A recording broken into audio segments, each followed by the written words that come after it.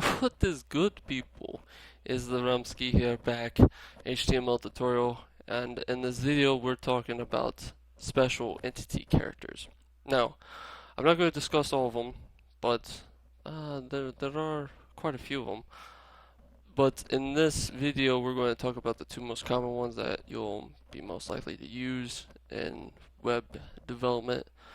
One of those characters is the copyright symbol specified by basically how an entity name is constructed is you have an ampersand, then you have the entity name followed by a semicolon, and that's how you transcribe a entity character. So here you have the ampersand, you have copy, which is really easy to remember, and then a semicolon.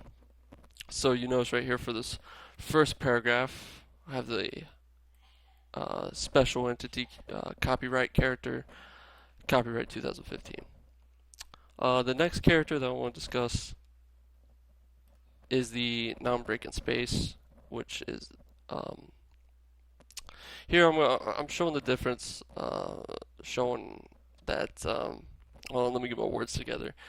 The first one doesn't have a space in between, and the second one's going to show you that here's a way you could put a space. You could easily just do this to put a space in, but I'm just showing you that it works. Just proving that it works. I guess that's why I was going with it.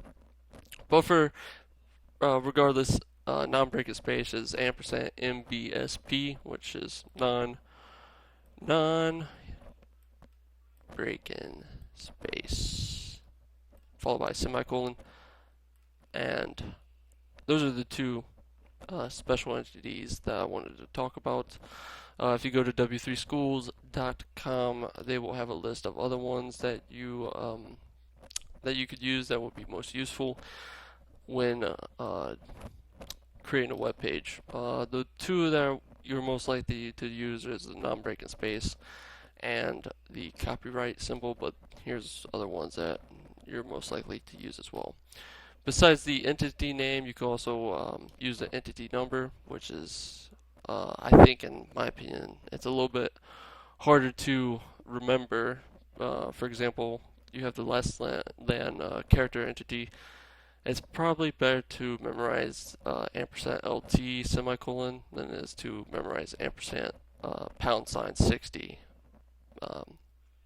But it's up to you. You can use whichever one that you're most comfortable with. Let's go ahead and run this bad boy and see if it works. And it does. Here, let me zoom in a little bit so you can see. Yeah, there we go. So you have the copyright symbol right there, and then remember that the second paragraph goose didn't have a space in between, and then for the third paragraph goose, it had the non-breaking space character in there. So that is that. Also, I'm pretty sure the other thing that the non-breaking space does is it doesn't when your sentence reaches the end of the page, it doesn't.